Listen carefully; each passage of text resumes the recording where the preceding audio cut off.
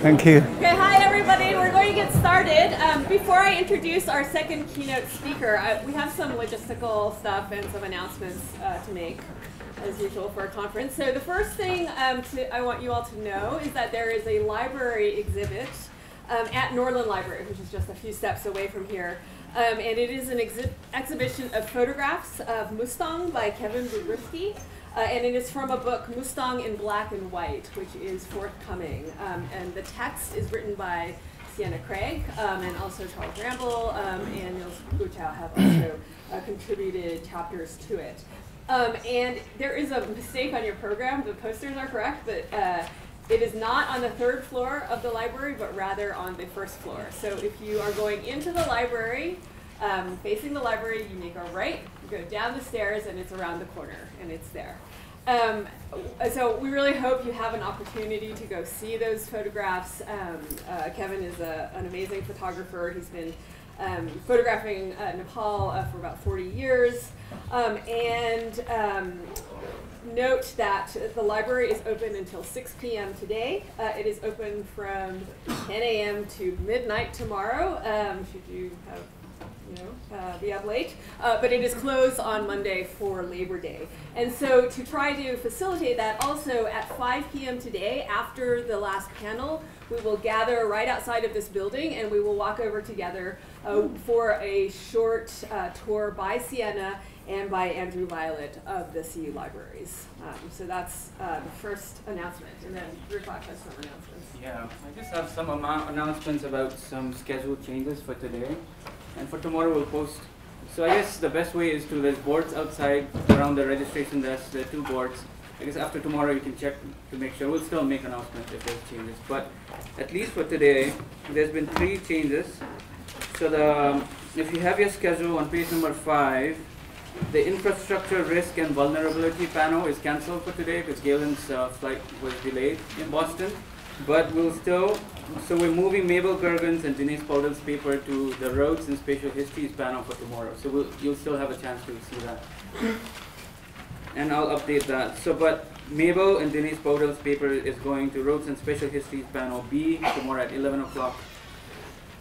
Other changes about, on page number 1, you see community forestry and biodiversity conservation. The panel already happened, but one of the presenters, well, 2 presenters, the co-presenters, Hemanta Kafle and Chelsea Farrow, weren't able to do it because of schedule conflict on our part. So they are still presenting at 1:30, same room today. And that will be just one presentation, but John Metz said he will be around for discussion and stuff. And one more change, and this is my own change for my own presentation. So I'd initially taken, sorry. So I'd initially taken my name out from this program, but I thought I should still present something. So on page number 6, on the Exiled Tibet panel, I will have a short presentation. It's fairly short. It's on visual geographies, visual ethnographies. Yeah, that's about it. These are all online. These are all not online yet. So these are all updated in the, for now, the boards outside. Yeah, maybe I'll change it online too. Right. Okay, so now it is my great pleasure to introduce our second keynote speaker, Dr. Lama Jabb. A scholar and a writer, but not a llama. Lama Jabb hails from a nomadic community of Amdo, where his extended family still lives. He subsequently studied in India, I think at the Birlafra, and then completed his PhD at Oxford University in 2013. He currently holds a very prestigious Lieberhund Early Career Fellowship, and is a research fellow in Tibetan literature in the Faculty of Oriental Studies at Oxford. So Lama Jabb has a keen interest in the theory and practice of translation. He's an active translator and poet. He's broadly interested in the interplay between Tibetan literary texts and oral traditions, and with how both past traditions and currently living traditions shape contemporary Tibet. He's the author of many book chapters and articles, as well as the 2015 book, Oral and Literary Continuities in Modern Tibetan Literature, The Inescapable Nature, which is the first book-length study to appear in English on the literary, cultural, and political roots of modern Tibetan literature. And in that book, he argues that the purported rupture between modern Tibetan writers and their predecessors is greatly exaggerated. And in fact, there's a very long tradition of literature and art in all of its forms that is has a core concern with the reproduction of a Tibetan national identity. And his writing is always crisp, clear, and lucid, and very much a distinct pleasure to read. His current scholarly focus is on the unexplored genre of Tibetan bird stories within its broader cultural framework and the interplay between orality and literacy in genres of spiritual song, poetry, and essays. So his talk today is entitled The Rise, Fall, and Vagrancy of a Mountain Deity, a Poetic Account of Tibet. So following very well with our keynote speaker from yesterday and Mr. Charles's talk. So without further ado, please join me in welcoming Lama.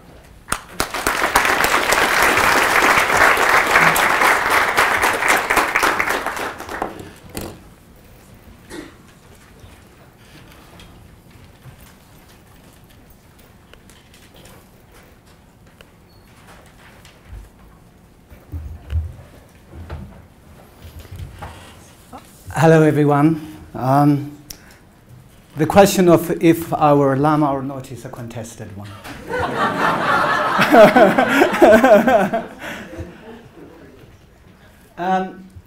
First of all, I would like to thank everyone involved in organizing this conference for their time and hard work.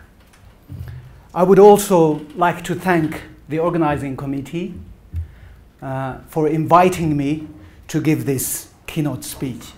I am extremely honored and humbled to be standing in front of such an impressive gathering of scholars. Sublime beauty surrounds Boulder and this seat of learning, this great seat of learning, University of Boulder. Following the tradition of Tibetan mountain worship, and of course, mountain worship in Himalayas and beyond, I would like to make a wish, and may the spirit of these great mountains that circle Boulder may assist me in delivering this speech. And may their majesty bestow upon me courage, clarity, and eloquence. And of course, may it keep you awake and alive.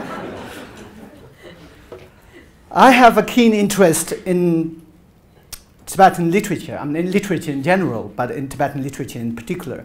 For nearly a decade or so, I have been negotiating my way through the jungle of Tibetan literature. And I am still disorientated and happily lost in it. Nevertheless, as a student of Tibetan literary arts, let me first say a few things regarding the idea or image of Tibet, cocooned in Tibetan literary texts. Then I'll present before you a famous modern Tibetan poem that narrates the history of Tibet through the story of a primordial mountain deity called Nyenchin Tangla, who it is believed that has been guarding Tibet and Tibetan people and Tibetan territory ever since the formation of Tibet out of waters. In the process, I hope to provide some insights into the current situation of Tibet, Tibetan national identity, and the role of literature in narration, struggle, and survival of Tibet. More often than not, Tibetan textual and oral sources referred to Tibet as Gangjong, Kawajen, Suddan Kawirjon, Kangri Ravir Kurvi Shankam, the land of snows, the land abundant in snows, the cool and temperate land of snows, and the sacred realm encircled by snow mountains. Such sources identify Tibetans as being Kawarua, Gangpa Wol, Gangjinba, the snow mountain people, the summit-dwelling Tibetans, the snowlanders, signifying the height and the abundance of snow mountains. Reflecting the eternal presence of snow and snow mountains in Tibet, the Tibetan word Gang stands both for snow and snow-capped mountains. This interchangeability sometimes makes it difficult for even Tibetans to puzzle out if gang means snow or snow-clad mountain in passages featuring such term, the said term. What one can work out for sure is that the word gang, be it snow or snow mountain, encapsulates Tibet and the Tibetan psyche inflected by snow.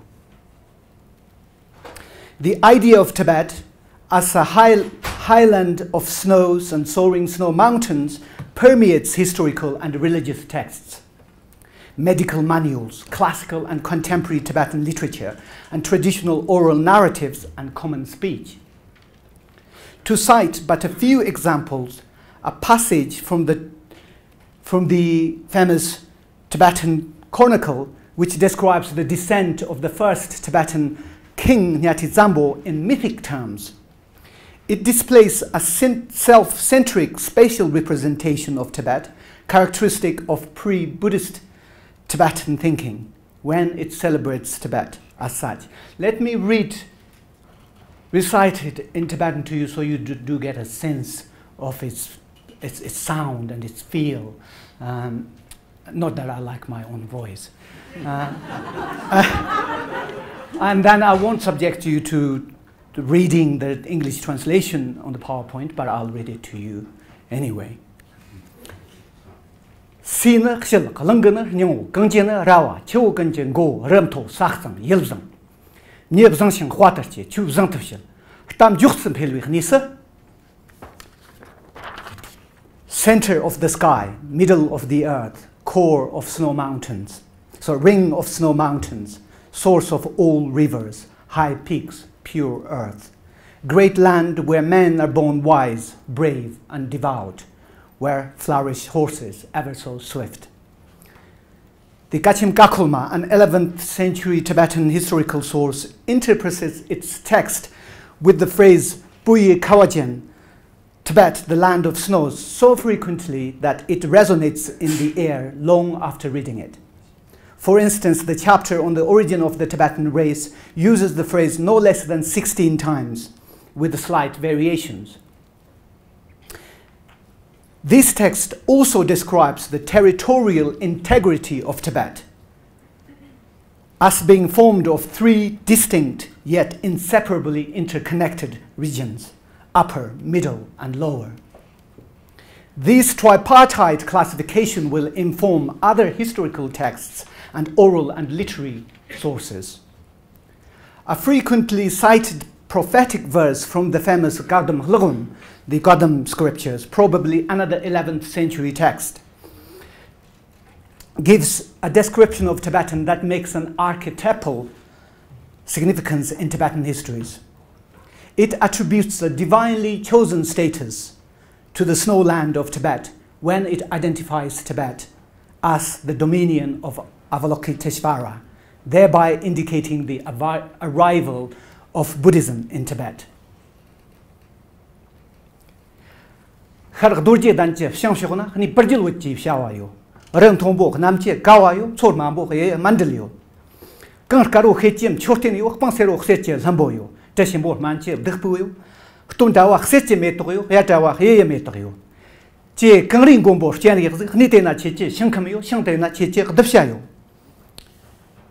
the north of eastern Bodh Gaya lies the Burjil land of Tibet. High mountains like celestial stupas, pillars, low lakes like turquoise mandalas, snow mountains like crystal stupas, golden mountains of amber meadows, sweet fragrance of medicinal incense. In autumn bloom flowers golden, in summer bloom flowers turquoise. Oh, Avalokiteshvara, the Lord of snow mountains, your dominion lies in that land. In that land, in that dominion live your converts to be. This is an extract from a long prophetic song of Dakinis, which goes on to give a list of sacred landscapes inside Tibet, one after another. The historicity of such prophecies can, of course, be questioned, but that is beside the point.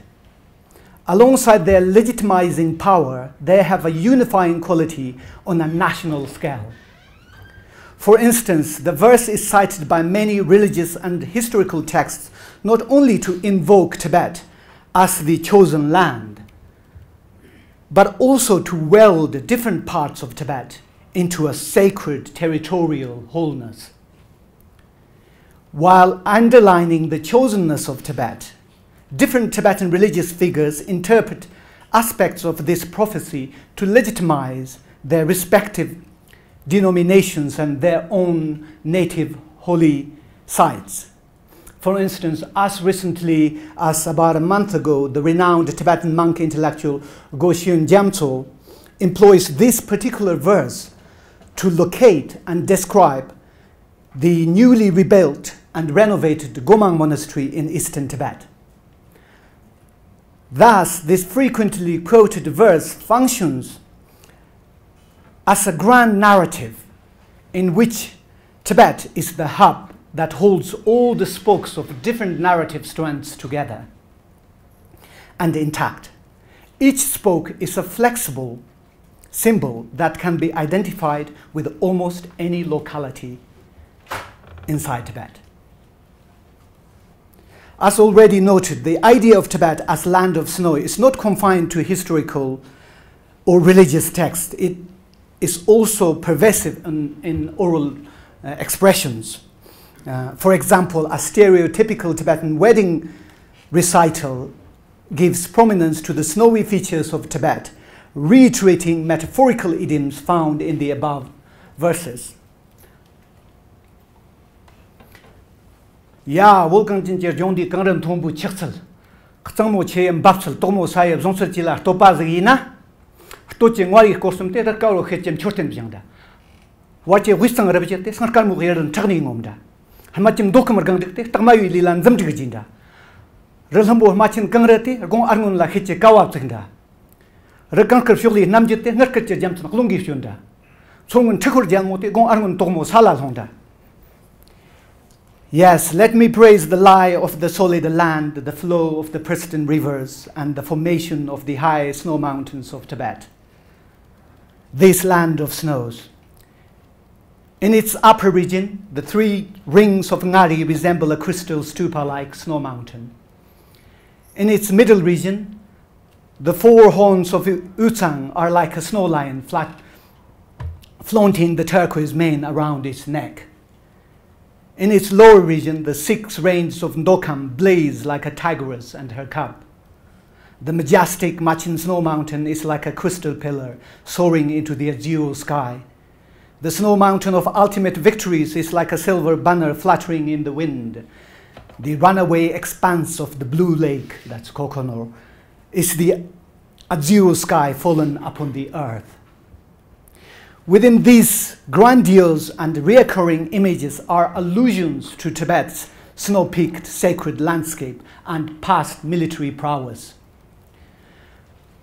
Utsang, central Tibet, known for its association with the 4 great divisions of the Tibetan Imperial Army, and Dokam, eastern Tibet, Kam and Amdo, where many imperial battles were fought, garrisons stationed and later settled, are likened to the physical beauty and ferocity of feline beasts. Ngari, western Tibet, the home of holy Mount Kailash, represents Tibet's snow-enshrined sacredness. This sacredness is emphasized further as the nuptial recital continues to list one great snow mountain of Tibet after another, before launching into the main section on love, of course. So this snow-clad image of Tibet, formed of 3 integral regions, is also preserved and propagated by Gesar Dong, the Tibetan national epic, with a great force and frequency. For instance, the epic episode of the dispute between 2 great heroes commences by launching into a verbal celebration of Tibet. To cite just the beginning of this long descriptive passage teeming with epithets for Tibet. Deyang derkachi tute, Pukpi yich shanshuk certain kawir kurui yejung, Tola, Warir Korsun, Warla, Western Ravia, Marla, Dokam Gandik, Ergampa, Wuchi Yakamder, Gungra, Gungla Zenda, Seram Chingi, Poptam, Azara Manta Mepa, Nagar Koche Jiksa, Pongtang Mandel Ponda, Metok Tatsum Gonda, Dong Teli Cherkur Jaksa, Hatchang Nichi, Samjuk Jesa, Sutang Gui, Kumjuk Jesa, Social Manchek Temzul, Tepsong Shogir Tassa. Thus have I heard, to the north of the land of the noble ones lies the cool and temperate country encircled by snows. In its upper region are the 3 rings of Ngari, in its middle region the 4 horns of Usang, and in its lower region the 6 ranges of Ndokam. In this land of summit-dwelling Tibetans, snow mountains look as if they are piercing through the sky. Such are the palaces of the 5 Tserang sisters. The boundless expanse of the Rocky Mountains is where herds of argali run. Meadows are like stacked up mandalas, where flowers bloom like encrusted studs. They are where grayish-brown wild yaks roam in herds, where deer and wild asses race against each other, where gazelle and antelopes compete in cantering. They are a treasure trove of life-giving medicines, where fragrance emit out in 4 directions. The passage continues in this manner, identifying and celebrating other distinct features of Tibet. Echoing early historical texts, it paints a Tibet of snow and snow mountains, a Tibet formed of 3 major regions, endowed with a lush vegetation, water and mineral resources, impressive biodiversity, agricultural richness, and of course, a great civilization. Let me stop citing sources here and say that contemporary Tibetan literature inherits this notion of Tibet and of course naturally complicates this notion of Tibet also through the filter of recent socio-political developments. The actual border of this Tibet is vague. And it is vague for a good reason. One must be extremely suspicious of clear-cut borders, especially when it comes to ancient homelands. Till modernity set up on Tibet and its neighbors bearing cartographic scalpel with scientific precision, territorial as well as cultural borders were vague, porous, and always shifting like snowdrifts. In fact, the great Tibetan scholar Gendin Chumpil points out that the epithet Gangjen or Kawajen, the land of snows or snow mountains, refers to all the territories of the Himalayan range, stretching from Odiyana in the west to Kongpo and Dartemdo in the east. Reflecting upon the elasticity of this term, he goes on to claim that even Nepal is located within the land of snows. I'm not making any territorial claims here. Just focusing on the flexibilities. Long before the arrival of modern state, pilgrims, traders, nomads, farmers, scholar translators, and many religious practitioners crossed Tibeto-Indian Nepalese borders with ease and sometimes without even knowing it. Great poet yogis such as Milarepa and Chakrachodik Rangto roamed the porous and open border of Tibet and Nepal, free of any political authority, seeking spiritual enlightenment among soaring mountains and singing great songs of nature, snow, and spirituality. It is indeed a great honor and pleasure to be here because this conference breaks free of the territorial straitjacket of the modern state, nation state. And because it also embraces that border obliterating spirit of Milarepa and his age. This spirit also shows the coexistence of two great cultures that contributed so much to each other's flourishing, not to mention their fruitful and conflictual interactions with other great civilizations. Of course, a long history of fertile cultural exchanges and porous borders need not to prevent us from noting and giving utterance to the salient features of these two nations and to the unique challenges they face as separate political cultural entities. I will now jump to the second part of my talk and show you how contemporary Tibetan literature addressed the notion of Tibet alongside its history and current socio-political condition. Contemporary Tibetan poets inside Tibet tackle many sensitive national issues with the varying degrees of linguistic subtlety and forthrightness.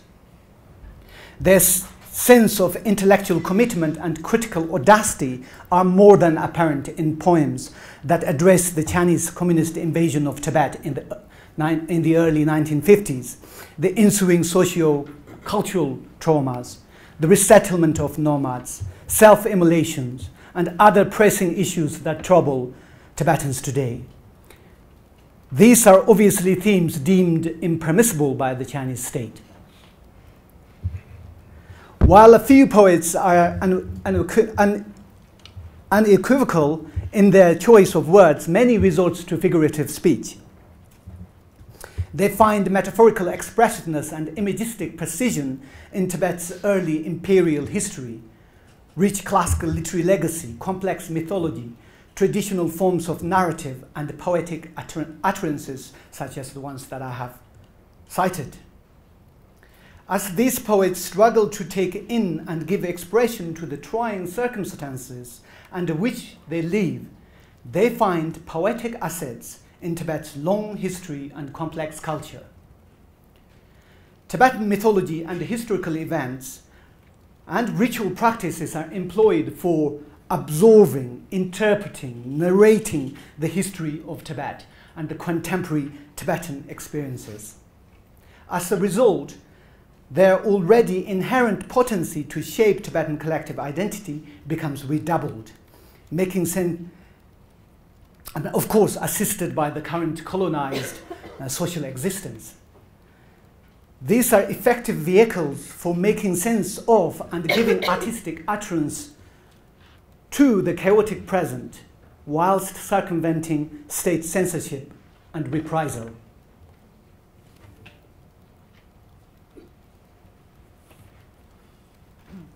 Please allow me to demonstrate these points through one of Jiangbu's most acclaimed poems called Nyanchen Tangli Lechen, Acts of Nyanchen Tangla. Jiangbu was born after the Chinese invasion and grew up under the Cultural Revolution and started writing poems and short stories in the 1980s, mid-80s. He is one of the most influential and celebrated poets of contemporary Tibet. He was also among the first Tibetan vanguard poets who experimented with and introduced free verse form to the Tibetan literary scene. Acts of Nyanchen Tangla is, to my knowledge, the first and the earliest Tibetan language free verse poem that presents an epic narrative of Tibet, taking in its sweep various accounts of Tibet. It incorporates stories about, ranging from the primordial watery origins of Tibet and the Tibetan Empire to the fall of Tibet and its current predicaments. This was composed in 1989. It weaves both oral and literary tissues into its fabric and in particular utilizes the subversive spirit of an oral tale as a narrative framework. In fact, as we will soon see, the use of legends and historical accounts furnishes the poem with a profound mythic depth. Acts of Nyanchen Tangla is characterized by syntactic non-conformism, complex imagery, and high abstraction. As such, it evades easy paraphrasing, But let me attempt to summarize it briefly with a few translated excerpts. The poem mirrors a musical symphony and is written in 6 acts, including a prologue and a coda. On its surface, the poem relates the story of the great mountain deity Nyangchen Tangla, who is one of the 9 primordial guardians of Tibet's territory and people. Scratched beneath this veneer, the poem narrates the long history of Tibet, its birth, rise, subjugation, rebirth, fall, and a current infinite limbo state. It does so by integrating oral and written histories into the narration and inlaying it with an astute political consciousness. Nyangchen Tangla, as Charles's marvelous talk already touched on him, mentioned him. He's one of the greatest, sort of most ancient Tibetan territorial deities, and also a Dharma protector, a born Dharma protector. And Charles briefly mentioned his sort of conversion to Buddhism by Guru Rinpoche. And he is a national mountain deity who was worshipped by the Tibetan emperors, hence known as Kala, the royal deity, and still remains part of Tibetan living culture. Both Bon and Buddhist practitioners revere him as arch-treasure, guardian come Dharma protector. For the Tibetan lay people, he is a powerful primordial territorial deity. Reflecting his Shiva-like power and stature, many Tibetan ritual texts address him as Lhachin, Mahadeva, the great god. It is through his mythic story, Jiangbu's poem narrates Tibetan history and gives expression to the socio-political transformations Tibetans have been experiencing under the Chinese rule and the ideological challenges they are facing. Nyangchen Tangla mountain range, so that's a portrait of Nyangchen Tangla. And Nyangchen Tangla mountain range, where the namesake deity resides, measures well over 1,000 kilometers. It lies to the northwest of Lhasa, interlocking with other great mountain ranges, and cuts through almost the entire length of Tibet, running parallel to the Himalayas. The mountain range was and still is a significant part of Tibet's sacred geography. This sublime range not only has a vital physical and psychic presence for the Tibetans who live and die in the territories it cuts through and towers above, but it also has a crucial part in Tibetan mythology, historical narrative, religious beliefs and rituals that feed Tibetan psychology and poetry. Jiangbu's symphonic poem of the great deity who inhabits and controls this range begins with a prologue steeped in ancient Tibetan history. Let me commence it. It's paraphrasing. As I do so, please bear in mind this is a highly abstract modernist poem. So I'll paraphrase it, interjecting it with explanatory notes here and there if I think it's necessary.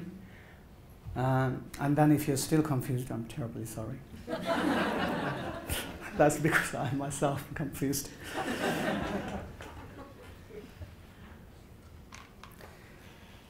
The prologue evokes the watery origins of ancient Tibet, imperial battles and profound intellectual narrative. A story is born deep within the pipe of a human thigh-bone flute and flourishes endowed with the turquoise foliage. As rock faces groan through the crevices of mountains and sky, a vulture soars higher and higher, expanding the scope of its vision. Thus, the scene is set for the play of Tibetan history. So if I insert my own commentary a little bit, one could say that the scene is set with the evocation of 3 quintessentially Tibetan images: thigh-bone flute, turquoise, and vulture. These entities are integrally associated with the Lama's La, the Tibetan life, energy, and soul. In both Bon and Buddhist beliefs and rituals, these three things are essential for the upkeep, protection, and retrieval if lost, and transmigration if dead, of the Tibetan soul.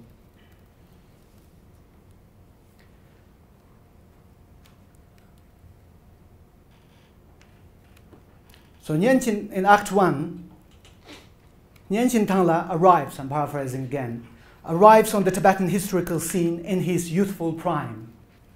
His coming of age coincides with the Tibetan race reaching the zenith of its civilization. Donning the azure sky robe and the golden sun crown, he soars above a constellation of bowing mountains. He is seated upon a high and brilliant white snow mountain throne, buttressed by adamantine rocks, and awaits the wonder of love forged by majesty and loyalty. So again, insertion of commentary.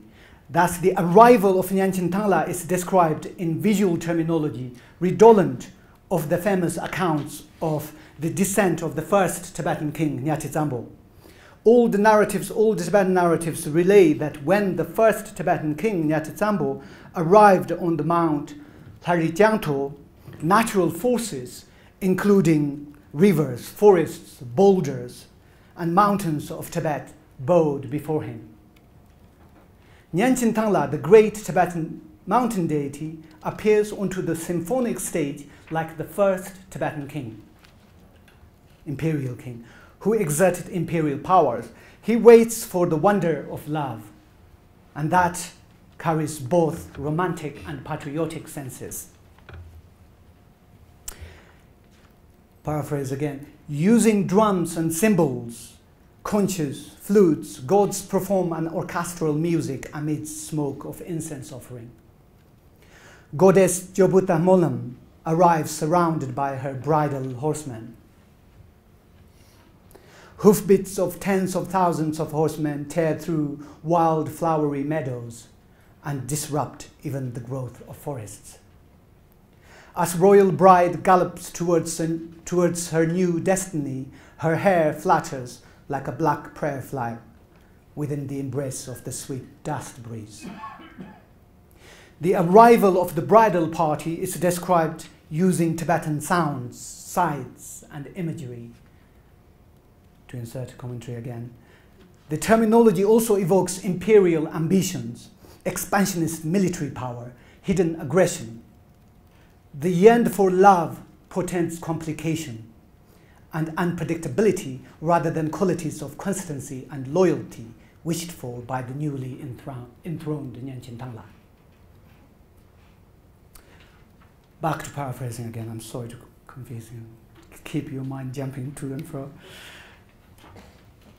The great feast begins. The actual wedding turns out to be a wild feast. The sun gets drunk and staggers over the western mountain and falls into the sea. Vivacious stars come out in guns and engage in debauchery. Significantly, a monk makes his first appearance on the scene. He seems to cast an uncanny glance at the bride. Offering their wealth, wisdom, power, praises, and pledging their allegiance, great mountains of Tibet, including Dise, the Mount Kailash, and Jomolungma, the Mount Everest, and the Amni Machen, sing in unison to Nyenchen Tangla.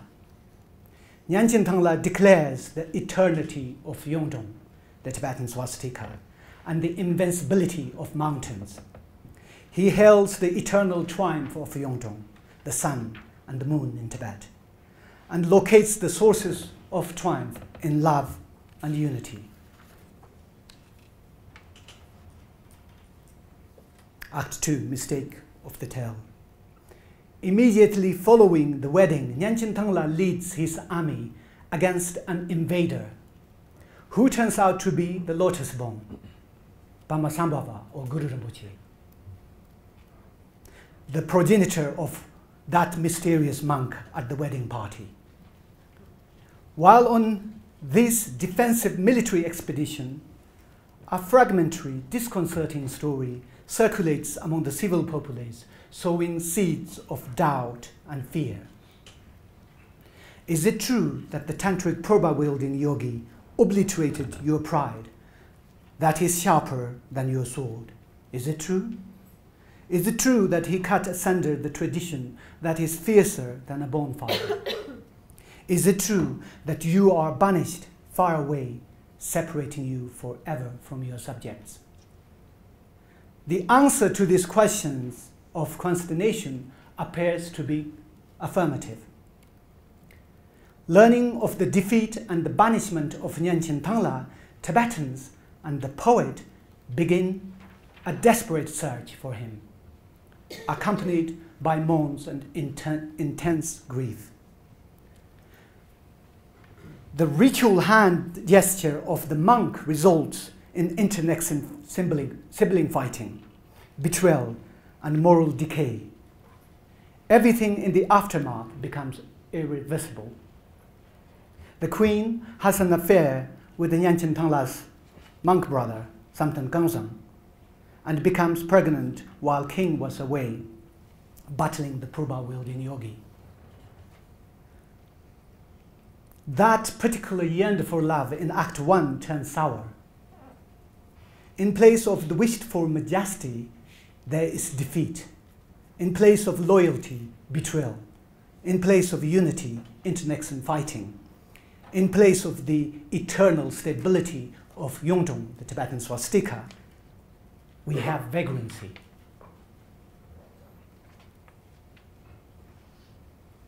Am I all right with the time? Because I'm getting carried away. Act 3, Flow of Consciousness. A wounded eagle, that is Nyangchen Tangla, is forced to soar as high as possible, and the forests of time cease to grow anymore. The eagle bandages its own wound with the black snake of death caught within its bloody talons. It flies above wild meadows, violent rain, and floods for a long, long time, looking for its wounded, snapped-off wing. Thus, Nyangchen Tangla's consciousness goes looking for its former physical form. All is empty.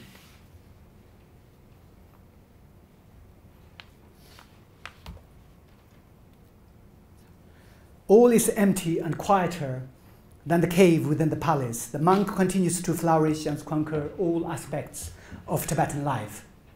Nyangchen Tangla lost his physical form, but his consciousness wanders aimlessly for 1,000 years. No one recognizes him anymore. When he appears formless, the constellation of stars, including Gangtese, Mount Kailash, asks, "Who are you? Where are you coming from? Where are you going? What are you doing?" Even the great mountains that worshipped him and offered their allegiance, love, and wealth at the grand wedding in Act 1 no longer recognizes him. No one recognizes the former grandeur of King Nyangchen Tangla and its ancient hold over Tibet, but the legends and the poet.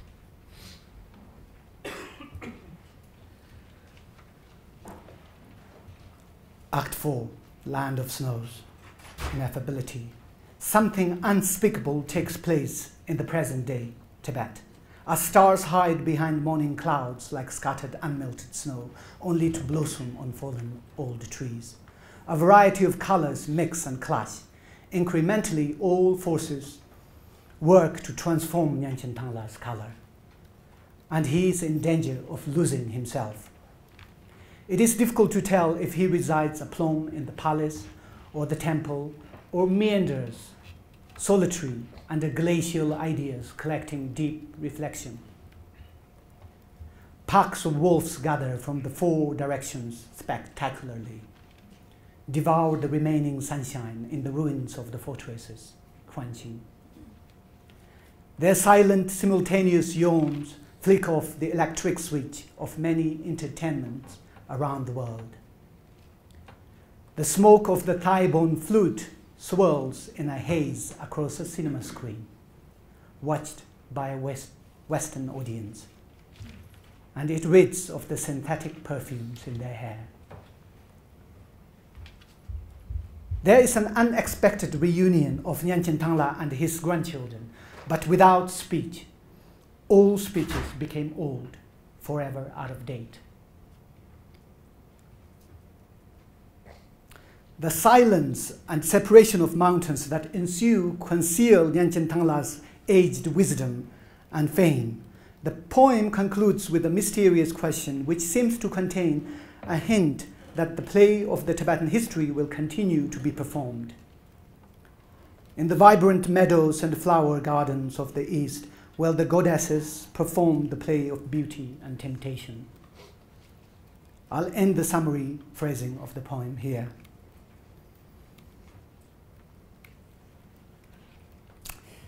The poem bears the touch of a multiplicity of influences, both Tibetan and foreign, traditional and modern. In its structure and national tone, one detects symphonic poems, such as the six-movement suite Ma Vlast, My Homeland by Bedřich Metana, that was inspired by Czech history, landscape, and folklores, and what the composer himself called musical pictures of Czech's glories and defeats. In its imagistic precision, syntactic disruption, deliberate abstraction, we can see revealing footprints of Anglo-American modernism. Leaving these fascinating influences aside, today I'll highlight the principal Tibetan influence, which has its roots in oral and literary narratives. It is a spark of mythic inspiration that fuels the poet's imagination and frames his long free-verse poem. Alongside mythic narrative framing, the poem also weaves folk beliefs, motifs, and expressions, such as the wounded eagle, footprints in the snow, hoofbeats plucking flowers off, into its fabric with a heady mixture of suggestions, abstraction, and actual historical happenings. Jiangbu uses the Tibetan legends of Nyantchen Tangla, which are told in oral transmissions as well as written text, to frame his poem, as I said already. In fact, he acknowledges this in a highly insightful essay called The Inspiration for a Long Poem and Other Things. The specific oral rendition of the mythic narrative Jiangbu himself recorded in the immediate vicinity of the sacred Nyantchen Tangla mountain, and later utilizes to thread his poem, runs as follows. A long, long time ago, well before human presence was felt in Tibet, Nyantchen Tangla was crowned as the king of Tibetan mountain deities. He married a beautiful goddess called Joputta Molen. His handsome brother, younger brother, Sonam Samten Ganzang, took a fancy to her. But to begin with, he had to bear the situation in despondency. Many years following this nuptial union, humans and many other sentient beings came to inhabit Tibet. A king called the Tisung Detsen decided to invite a great spiritual figure known as the lotus-born, Dhammasambhava, from a foreign land. Upon hearing this, Nyantchen Tangla invested his royal powers in his younger brother and led an army of mountain deities to repel him, or in Jiangbu's words, to repel the ideological invasion of a foreign power. However, in the ensuing battle, the lotus-born obliterated the physical body of Nyantchen Tangla, and leaving only his La or Namshi, soul or consciousness behind. Rumors of Nyanchen Tangla's terrifying, soul-stripping defeat spreads throughout Tibet. Meanwhile, his brother and the regent Samten Gangzang had an affair. His brother Samten Gangzang had an affair with the queen Jobuta Molam, which results in the birth of 2 twins. When Nyanchen Tangla, that is his consciousness, returned home formless, his wife escaped to the present-day mountain that bears her name, Jobuta Molam. This very mountain is flanked by 2 smaller mountains on her right and left, where reside the twins. Samten Gangzang, who also has his own mountain abode, surrendered to the lotus-born Bama-Sambhava and got ordained as a monk in repentance. Thus, he became the first monk of Tibet, according to some oral narratives. If you can recall, this is the very monk who casts an amorous glance at the royal bride at the wedding in Jiangbu's poem. He is the one who symbolized the Tibetan Buddhist ordination. As Nyanchen Tangla did not possess the physical form, he marries Namtso Chumo, who is in the form of water. Namtso Chumo is the name of the goddess who inhabits the waters of the eponymous lake Namtso Chumo in the immediate vicinity of Nyanchen Tangla mountain. Its poetic name can awkwardly be translated as the flourishing sky lake, and it is one of the so-called 4 great lakes of Tibet. Although married and had his own mountain habitat, Nyanchen Tangla deity turned into a wounded vagabond who liked to roam all over the place. It is said that he is still roaming around, but no one knows where he resides or where he's going.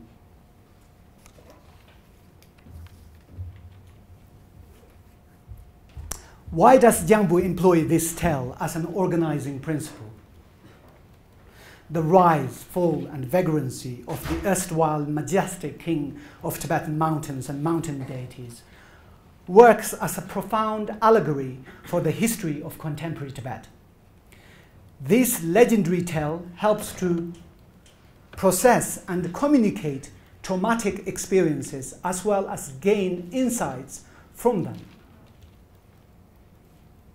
Therefore, according to Jiangbu's abstract narrative poem, the survival of the Tibetan nation or civilization is ensured through constant effort, confrontation, and unrelenting struggle.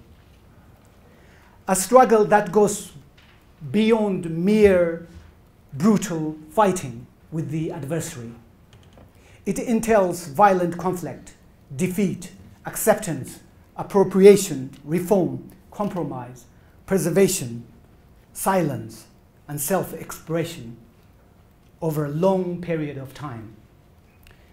This is not that dissimilar to the great cultural studies expert Stuart Hall's understanding of group or national identity as a constantly evolving and discursive process of construction entailing ambivalences and continuous engagement with the other.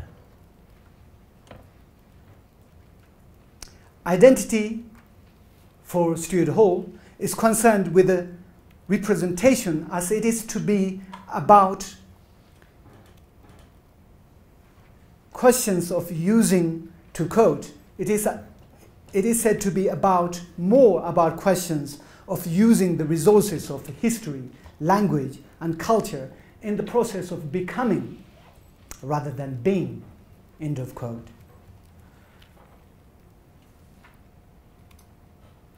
Jiangbu understands the contemporary Tibetan situation as a dynamic process of becoming and represents it as such. He comes to this realization thanks to his own experience of contemporary Tibet, and thanks also to the enlightening assistance of Nyangchen Tangla's orally and textually transmitted story. By employing it as a literary device, he makes sense of the chaotic contemporary Tibetan situation and makes it intelligible to a politically astute readership. His use of the story is akin to T.S. Eliot's notion of formal principle of mythical method, what he called mythical method. It is an ordering device to make sense out of chaos and formlessness of modern life. An age-old narrative helps forge order out of chaos, unity out of disorder, and meaning out of nonsense. Commingling the narrative strands of Tibetan mythology and the historical accounts, Jiangbu narrates the story of the present Tibet that is in agony and remains speechless without its godlike king. Mythical and historical accounts are blurred, impregnating the poem with the many ambiguities that William Emerson celebrates as the salient feature of poetic richness. The ambiguities that open up multiple meanings as well as unite seemingly disparate elements of complex whole. They also allow the reader to conflate the past with the present and to narrate the present through the past, thus circumventing the dreaded state censorship.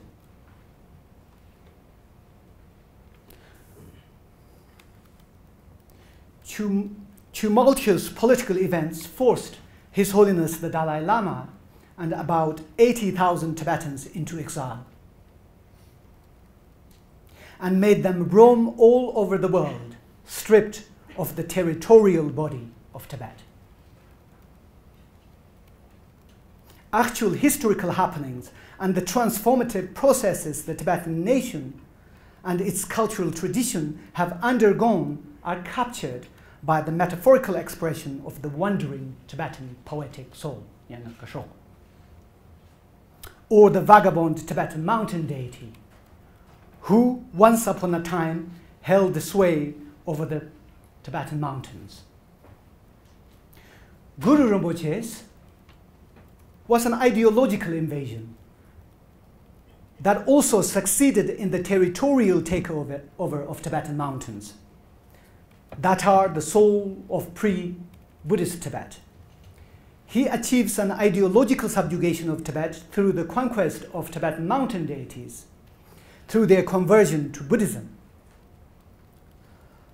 Although, first and foremost, he was a conqueror, or in Buddhist parlance, a subduer, he has become a popularly revered patriotic figure in Tibet. Guru Rinpoche has come to be considered as a selflessly dedicated figure who works for the welfare of Tibet day and night.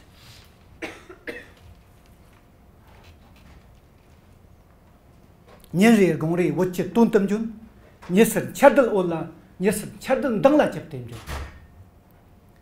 Every morning and every evening you come for Tibet. You come riding the light of sun rays that radiate and contract, sings a common Tibetan hymn to Guru Rinpoche, whom Tibetans eulogize as the son of Tibet.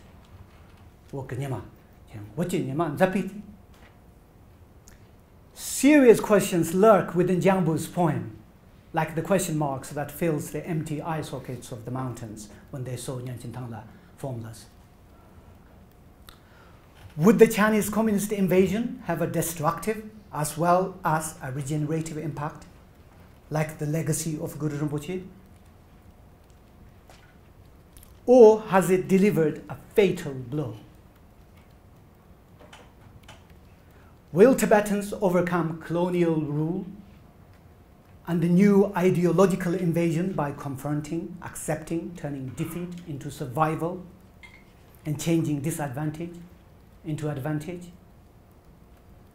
After all, the poem presents historical events and tradition as long, complex processes of violence, adaptation, appropriation, struggle, change, and survival. Pondering over these questions breeds ambiguity, and there are no easy answers. Let me stop dishing out my reading of this multivalent poem here. If you are still confused, which I am, after reading this the 18th time for the speech, then it might offer you a slight consolation to remember Coleridge's famous declaration.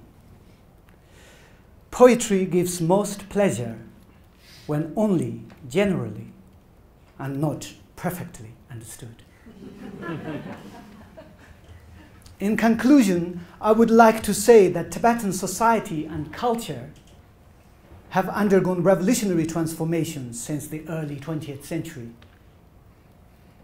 Nevertheless, as you might have gleaned from Jambu's poem and from your own knowledge of contemporary Tibet, Tibet still survives, wrapped in snow and mountains, woven of enduring literary and oral traditions, and loaded with the layers of contemporary socio-political significances.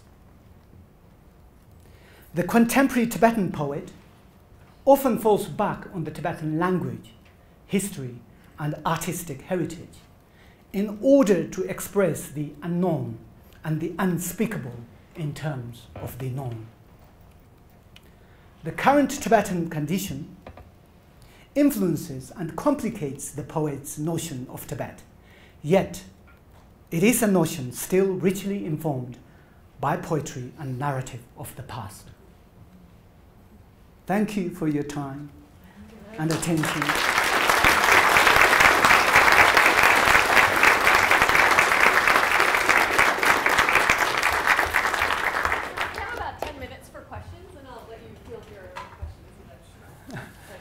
Yeah, well, please, you, okay. I'm not being biased.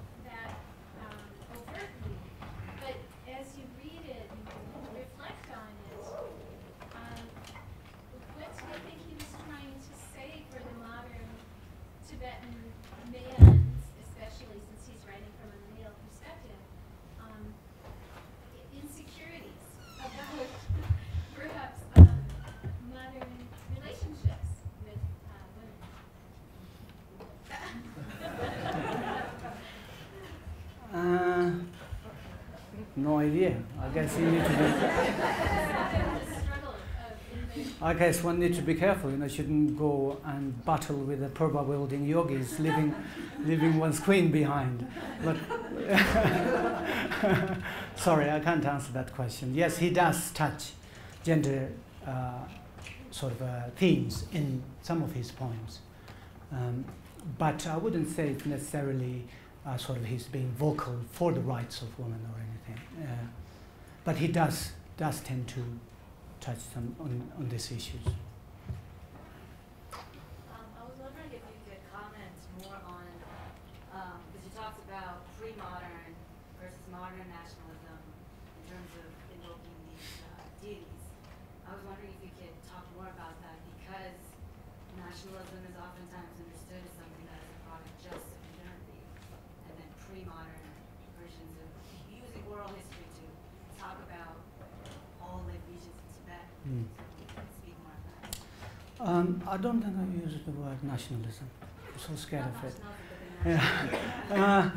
Yes, I didn't say pre-modern nationalism or anything, but I didn't mean, I didn't imply that. My point is that this sense of Tibetan identity, Tibetan national identity, has always been there. I'm maybe it's a slightly primordialist kind of approach is in my argument in terms of literature nationalism. But my point is not trying to say that, look, Tibet has been an independent nation, has been a sovereign nation, or that kind of, you know, complex argument. I'm not making that argument. It's very difficult to make, because if you look at the notion of territorial sovereignty, it's just post 30 years war. It's a Western notion. But that doesn't mean that there are sources of identity, different sorts of collective identity. That's what I'm trying to make. But what I'm trying to really also trying to make, emphasize, underline, is that actually the current Tibetan experience, the contemporary Tibetan experiences, the Tibetan experience since the 1950s, 60s, 70s, is vital for the formation, for the maybe reinforcement or reforging of Tibetan national consciousness. I guess that's what I'm trying to say. But in terms of modern and traditional, I think we need to be really careful, because sometimes, I mean, the way what I use is, sometimes you say, you know, one of the sort of, I guess, clear definitions of Tibet, helpful definitions of modernity, is that something happened that is irreversible, that you could not go back. Something happened to Tibet, big time, when the Chinese invasion took place, of course. But modernity was happening to Tibet. What was the young husband's invasion? What was before that? You know, the arrival of all the global commercial sort of commodity fetishism, you know, the products of commodity fetishism arrived in Tibet before, and the arrival of gun, and the celebration of gun culture in Tibetan songs, ballads, proverbs. All these are aspects of modernity. Things that could not be reversed. That totally changed how tribal relations took place, tribal fights took place, how individuals fought with each other, all took place because gun came along. These are, I think, aspects of modernity. But one of the big aspects of modernity, of course, Chinese invasion. That's something that the way Tibetans organized their social structure, their social sort of organization, the ideological foundations, everything has changed. But that doesn't mean, of course, there's totally rupture there again. So. Thank you for this really fabulous talk. It connects so many dots, I think, for many of us. I just wanted to ask if you can tell us a bit more about the reception of a work like this by Jambu. So you mentioned that it, of course, connects with the kind of politics, perhaps, of an astute, reading, educated class inside contemporary Tibet. I mean, Manjushri Thapa also yesterday was suggesting that literature is keenly connected to civil rights movements. So I'm just wondering if the kind of implicit political statements that are made in this poetry have been taken up in any way? Are they the subject of conversation? Can that even be held inside Tibet? And then secondarily, what is the reception of this kind of work outside of contemporary Tibet, perhaps in exile context? Is this read, say, in Tibetan government and exile schools? And what would be the different political tensions there? Thank you for the fascinating questions. I'll try to answer. Reception of this specific poem was, it was immediately acclaimed very well. It became very sensitive as well. Actually, that essay that I cited in my talk, he wrote in response to deny that it's political, because it's endangering his security and everything. But of course it's political. Yeah. It was also one of the most famous, it's one of the most sort of famous poems. And this time, especially this period, there was sort of a Anglo-American modernism was in fashion in the literary scenes through the Chinese translation, of course, Chinese language translation. But also in Lhasa, Jambu was in Lhasa at that time. Semate's sort of symphonic poem, the classical music is arriving in Lhasa. There were several Tibetans who were writing orchestra music. One Tibetan apparently wrote a symphonic music based on Semate's My Land, the Czech composers, but which was banned, and I unfortunately couldn't get hold of it. But this is a poetic form of that. So that consciously narrating Tibetan experience and history through a totally different form.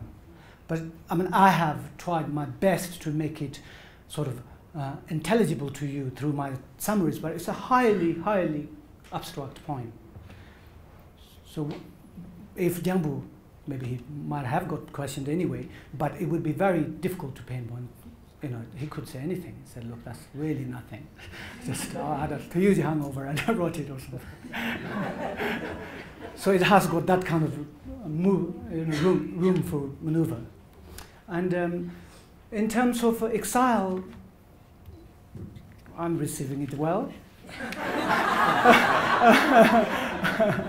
And exile government, it's not in school texts or anything, but exile literary scene also has changed because of the new arrivals from Tibet.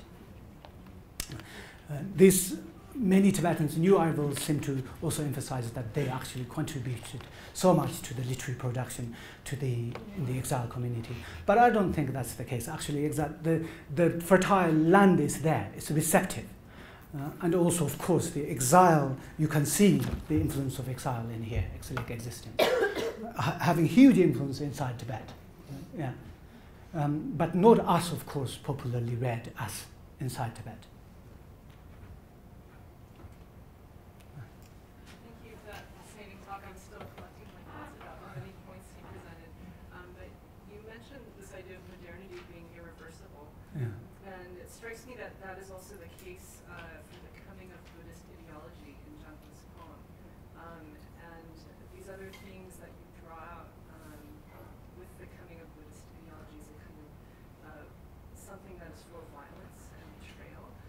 But I wonder if there, because you present Jungkook's poem as an allegory, whether you can tease that out a little bit between the relationship of the coming of Buddhist ideology and modernity. Do you think irreversibility is a key aspect of that? What is this relationship you see working out? Irreversibility, that kind of, you cannot go back, cannot rebuild the modes of social organization or modes of thought again. It's one aspect of modernity. It is not necessarily the modernity.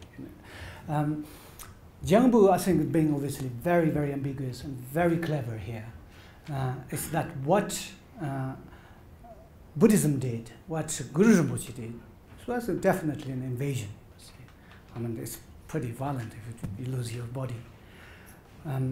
But your consciousness is still there.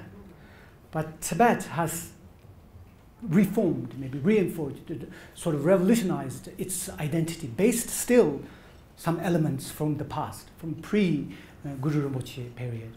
Actually, Charles and I were talking about this here, like for instance, according to Bombo tradition, Nyangchen Tangla hasn't been tamed.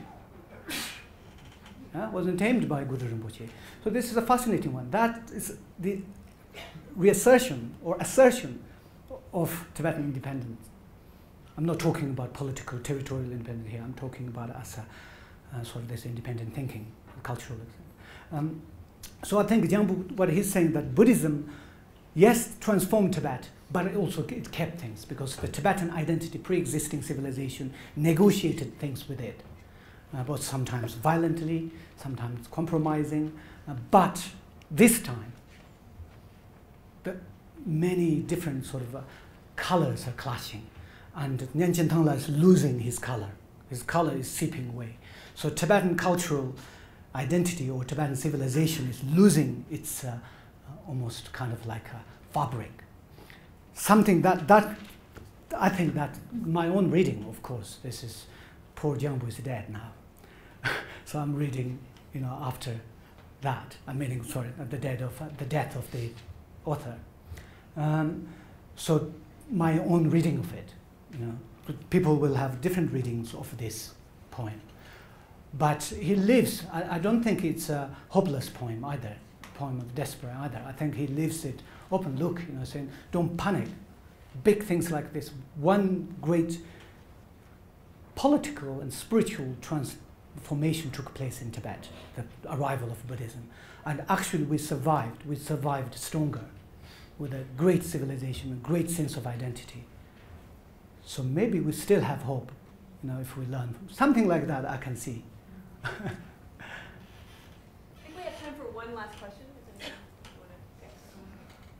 Mm-hmm. So you talked about the territory a lot. So I was wondering that how traditional concepts and literary narratives of territorial demarcation, such as Chokasum, Doikasum,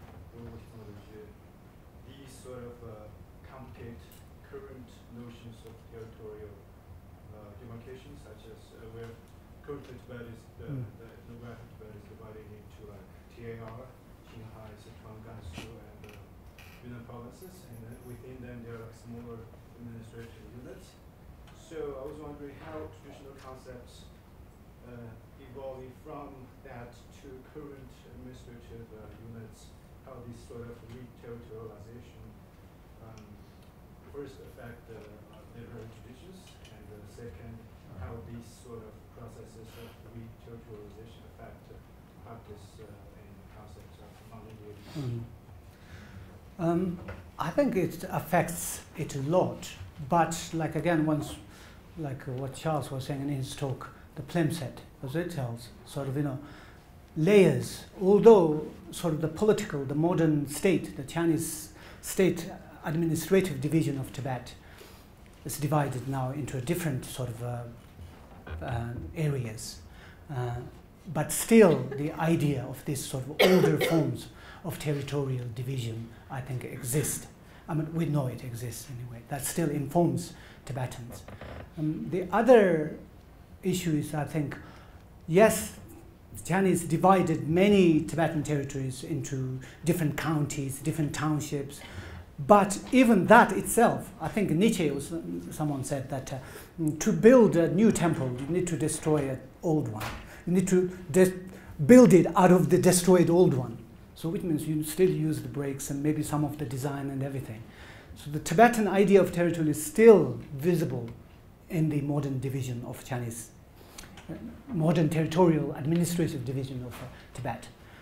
That's why we get lots of, you know, Tibetan places come together, lots of autonomous regions, lots of autonomous counties, or literally sort of under the plimsoll saying that, yeah, it was sort of, you know, part of this territorially integrated Tibet. But I'm not saying in a modern state sense, yeah?